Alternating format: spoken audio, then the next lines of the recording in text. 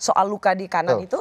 Jadi kalau kita lihat seperti yang mungkin tadi disampaikan oleh Dokter Martina ya, luka yang ada di sebelah ini gambaran umum aja ya, bahwa ini luka tembak keluar tuh bentuknya adalah seperti luka robek ya. Oke, Ya. saya mau disclaimer dulu, ini bagian dari Bukan, tubuh ini gambaran Joshua umum yang aja. diotopsi atau bukan? Bukan ya, oke, bukan. biar clear. Ini penonton gambaran lihat. umum aja sebagai Supaya kita bisa membedakan. Ya, masuk bagian yang kita gunakan untuk media pembelajaran.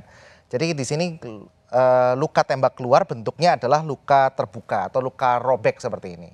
Nah, bagaimana kita yakin ini sebetulnya adalah luka tembak keluar? Maka dari bagian yang luka tembak masuknya ini kita analisa arah jalur lintasan anak pelurunya.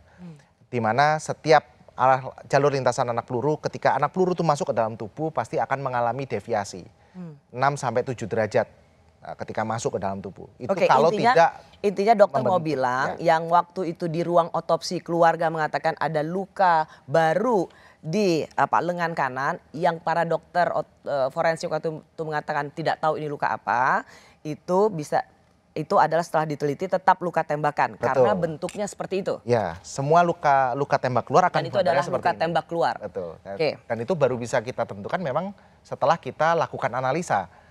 Kita cek fotonya, kita analisa arah lintasan anak pelurunya, baru sampai kita pada kesimpulan tersebut. Oke, lalu ada soal luka di bagian dalam lutut kiri.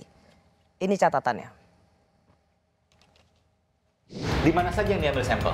Satu di sini, luka yang baru, saudara, ini informasi baru karena ada luka di lengan kanan yang belum pernah disebutkan sebelumnya. Di mana lagi? Di lutut kaki ya, ada di dalam. Oh, sebentar. Ini juga informasi baru juga. Saya mendapatkan informasi sebelumnya dari pengacara Kamarudin Simanjuntak. Ya. Di belakang lutut kiri ya? Iya. Itu ada luka seperti luka memar. Bukan luka ya, tapi lebih seperti memar. Memar, seperti terbentur atau segala macam itu ya? Tapi terlihat seperti adanya resapan darah. Apa artinya itu? Resapan darah itu nanti tim forensik lebih menjelaskan aja ya, Pak.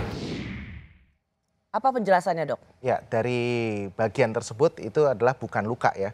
Karena dari secara makroskopik kemudian kita ambil sampel mikroskopiknya, kita cek apakah ini betul suatu luka, ternyata bukan. Apa itu? Ya, gambaran pembusukan saja. Gambaran pembusukan kayak yang tampak dari makroskopik seperti memar tadi. Dan itu ada resapan darah. Namanya, versi dari kuasa hukum. Betul. Namanya pembusukan itu, darah itu akan mencair dan masuk ke dalam sela-sela jaringan. Jadi kalau dari luar, apalagi pada kondisi jenazah yang sudah mengalami pembusukan, akan tampak seperti memar. Jadi itu bukan luka, tapi pembusukan. Ya. Pada banyak contoh kasus kematian tak wajar, pembusukan itu karena apa? Bisa karena apa aja? Bisa karena apa saja. Tubuh yang sudah meninggal pasti akan membusuk. Ya, baik sekalipun sudah diformalin, karena formalin itu hanya menghambat. Pembusukan dia akan terjadi dua hal. Pertama, semua sel-sel tubuh akan cair. Ya, tadi kan dokter bilang itu karena memar dan ada pembusukan. Karena pembusukan. Jadi karena pembusukan. Ya, karena pembusukan. Dan itu bukan sama sekali akibat satu luka hantaman, senjata tajam. Bukan. Pasti berbeda antara gambaran pembusukan dengan gambaran luka secara mikroskopik. Bagian tersebut sudah kita ambil sampelnya dan kita sudah teliti. Jadi memang betul bukan luka. Karena kalau ada luka pasti secara jaringan itu pasti ada kerusakan. Ya, ada jaringan kulit yang rusak, kemudian ada perdarahan di bawahnya. Nah, kalau sebuah pembusukan atau bahasa kedokterannya itu postmortem staining ya. Jadi hanya sekedar sel-sel darah merah yang mencair itu memasuki ke jaringan-jaringan tapi tanpa adanya kerusakan jaringan di sana. Ya. Itu yang membuat dokter misalnya memberikan kesimpulan atau interpretasi tidak ada bekas atau tidak diakibatkan oleh senjata apapun, tajam, senjata api, bukan ya, Dok? Bukan.